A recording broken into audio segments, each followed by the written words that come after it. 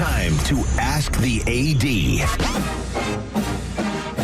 We do get the task, the opportunity, the chance to talk to the big man, Ryan Alpert, the athletic director at Georgia Tech. He's kind enough to join Chuck and Chernoff on the Loud Security Systems Newsmaker line. Ryan, we always appreciate the time. How are you? I'm doing great, guys. How y'all doing? We're doing well. Let's start with the latest in the college football playoff rankings. When you saw Georgia Tech pop in at number 16, what were your initial thoughts this week?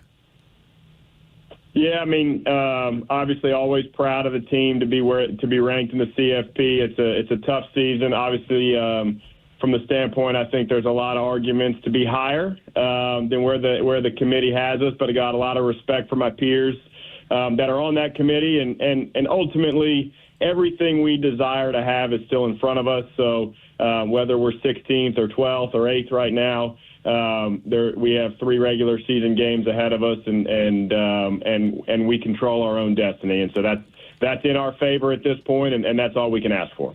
Now, the athletic department of the school has launched a very formal and aggressive and very clear Heisman campaign for Haynes King. I've gotten stuff over the years, mouse pads, posters, little tchotchkes, whatever, and a lot of times, they're having to manufacture an angle.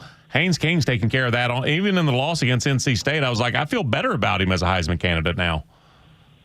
Well, there was some that thought we had a bad offensive performance in that game. I thought it was pretty good myself. But, yeah, I think Haynes' body of work this season, what he's done for the program, how he represents himself, and I've had to kind of change my lingo. I always say that he's the toughest, grittiest player in the country. But actually, when you look statistically, he's not only the toughest and grittiest player in the country, in my opinion, but statistically he's leading all categories or most categories when compared to other top candidates.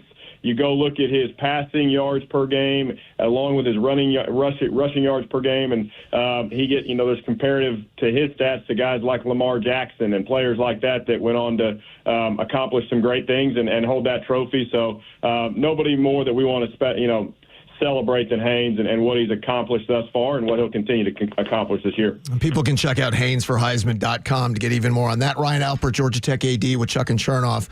So you were alluding to the former chair, Mack Rhoades, who the quote 2 weeks in a row was Georgia Tech got dominated on both sides of the ball, referring to the NC State game when the numbers pretty clearly, and the performance, if you watched it, 500-plus yards, 400-plus for Haynes, 36 points. How frustrated were you the first time you heard it and then when you heard it again this week? Yeah, we had opportunities in that game. So at the end of the day, we didn't win the game. And obviously the rankings are a reflection of we put a 1 in the column we would prefer to put on the left hand and win the right hand with a loss that game. And so that's the human element of some of these objective categories or the eye test versus metrics related to the committee, and that's ultimately their prerogative. And again, like I mentioned, we opened the show. Everything is still in front of us. Certainly, I thought that offensively, statistically, the numbers showed a pretty good thing, a pretty good result from the stat standpoint. But we didn't finish the game. We didn't play all phases of it to win it, and so that kind of is what it is at that point. But we have an opportunity this week to get back on the right track. So your head football coach, Brent Key, has invited us to slice him open. In lieu of that, you could give him a contract extension to keep him there. What's that like?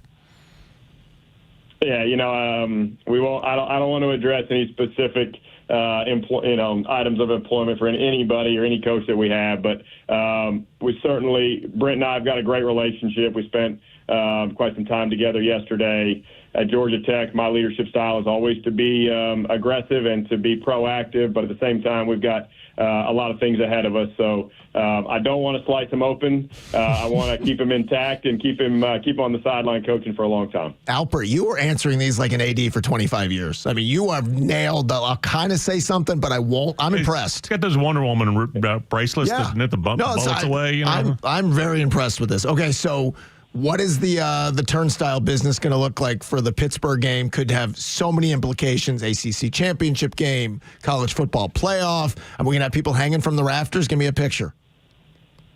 Yeah, I mean, that's the goal. So Brent and staff, they've got to keep the football lingo, and they've got to go 1-0 this week, and their focus needs to be completely on Boston College.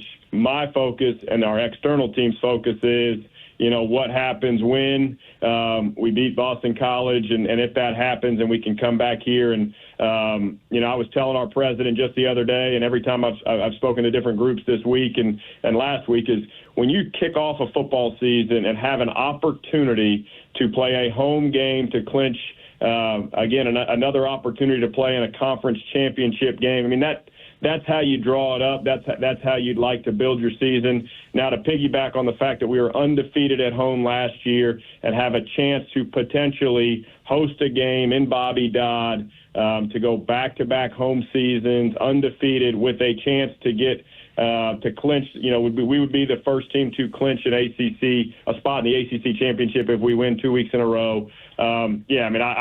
I expect this thing to be an incredible atmosphere, sold out, everything you'd want it to be for a championship game appearance here at Bobby Dodd. That's what we built it for. Well, the games keep getting bigger and bigger. This Saturday, Georgia Tech and BC, a game you'll hear here on The Fan at 3:30 with a 1:30 Ramblin' Wreck kickoff show. Ryan, it's always a pleasure to pick your brain. Thank you, my friend.